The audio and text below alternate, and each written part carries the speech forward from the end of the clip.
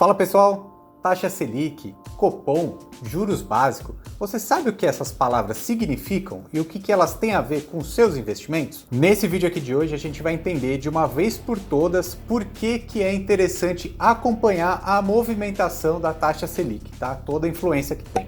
E antes de continuar, por favor, se inscreva aqui no canal, ative as notificações que a gente sempre vai trazer um monte de conteúdo interessante aqui para vocês, tá bom?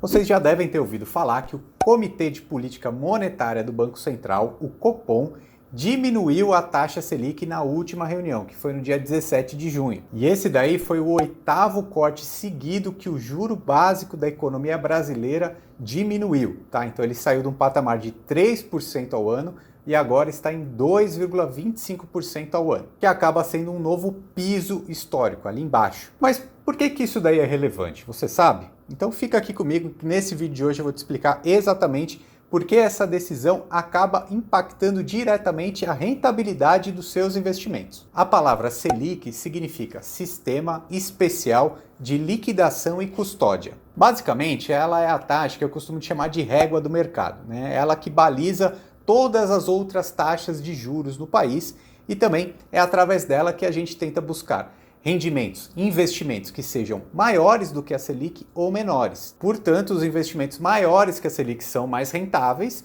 e os investimentos que sejam menores que a Selic não são tão rentáveis assim. E para que então serve a taxa Selic? Então, a taxa Selic ela é um instrumento do Banco Central para fazer um controle da inflação. Isso acontece porque se a taxa Selic aumenta, normalmente, as taxas de juros, todas as outras do país também aumentam. Então, taxas de financiamentos de cartão de crédito, por exemplo, tendem a aumentar. Então, se você quiser desestimular o consumo, você pode aumentar a taxa Selic, porque assim a inflação pode diminuir. Porque se todo mundo comprar muito, né, tiver um alto consumo, a inflação sobe. Então, a tendência de uma Selic baixa é que haja mais consumo. Se houver mais consumo, tende a haver mais inflação. Então, o Banco Central utiliza a regulagem da taxa Selic, a taxa de juros, para controlar a inflação, o consumo, que é exatamente esse cenário que a gente viu na última reunião.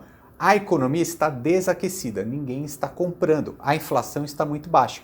Então, o Banco Central diminuiu a taxa Selic, porque assim o dinheiro no tempo fica um pouco mais barato e tende a estimular mais as pessoas a consumirem, fazerem a roda da economia girar. E quais que são os investimentos impactados pela taxa Selic? Na verdade, são todos, alguns de forma diretamente e outros de forma indireta. Mas essa movimentação da taxa Selic influencia tudo. No caso da renda fixa, por exemplo, a Selic ela serve como balizador para vários tipos de investimento, como por exemplo, o Tesouro Selic. O Tesouro Selic ele rende exatamente a taxa Selic que está determinada pelo Banco Central. Tá? Então, nesse caso, seria 2,25% ao ano. Também na renda fixa, os títulos privados, que são aqueles emitidos por instituições financeiras, como CDBs, por exemplo, os LCIs, LCAs, eles também tendem a seguir essa taxa Selic. Por quê? Eles são balizados no CDI, que é o Certificado de Depósito Interbancário.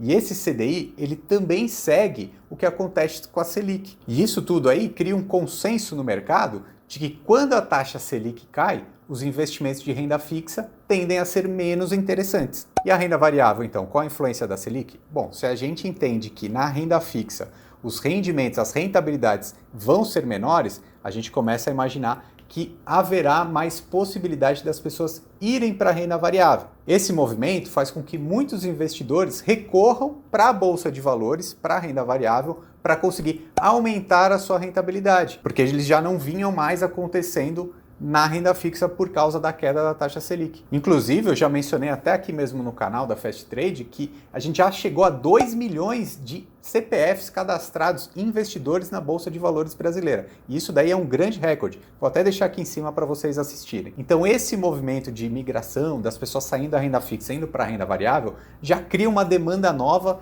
dentro das ações, dentro da renda variável e automaticamente faz isso ser valorizado, né? Porque tem uma maior procura, logo ele vale mais. Mas é muito importante destacar aqui que a influência da Selic na renda fixa é direta, ou seja, houve a determinação ali da diminuição da taxa, os investimentos ali já estão rendendo menos, Mas na renda variável é indireto, né?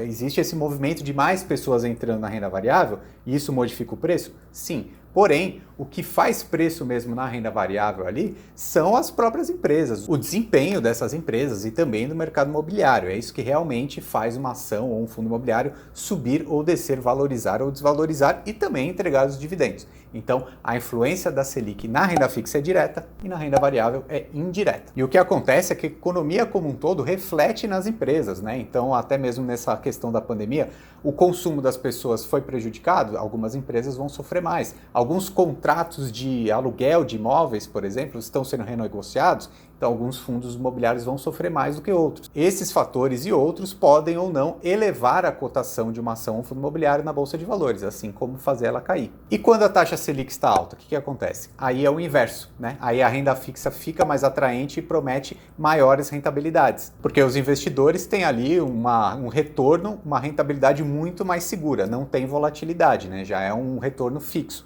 Isso daí, se a gente tem uma Selic muito alta, a gente pode até ter uma tendência de uma desvalorização da renda variável, né? As pessoas saindo das ações, saindo dos fundos imobiliários e indo para a renda fixa. Isso se a Selic estiver muito alta. É óbvio que a gente não sabe para onde a Selic vai, a gente não tem como prever o futuro, mas todas as tendências econômicas aqui no país mostram a Selic baixa, né? A gente já chegou a ter uma taxa aí de quase 15% ao ano, hoje ela está em 2,25%, existe até uma tendência de repente de diminuir um pouquinho mais, só que continuar mais ou menos nessa margem aí entre 2% e 6% no máximo. E isso daí indica que a renda variável realmente veio para ficar e ela é interessante para todos os investidores. Não tem mais investidor aqui no país que pense apenas em renda fixa. Tem que haver uma diversificação e pensar na renda variável também.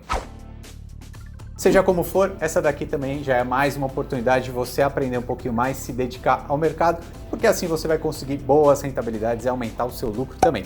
Gostou desse vídeo aqui? Se inscreve no canal e deixa também sempre seus comentários aqui embaixo, que isso vai servir para a gente produzir novos conteúdos para vocês. Valeu, um abraço e até mais!